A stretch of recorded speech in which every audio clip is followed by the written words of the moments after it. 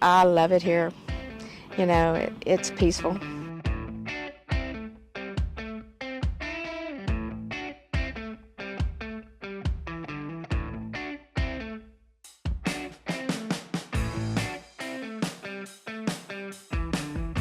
I mean, the land was not good for me if I couldn't graze it, you know, and feed them. We would lose some of our calves. Sometime they'd roll down in there. Some of them would be deep holes. But by the time you would get here and they were newborns, you know, we lost them. You know, they would have been passed away.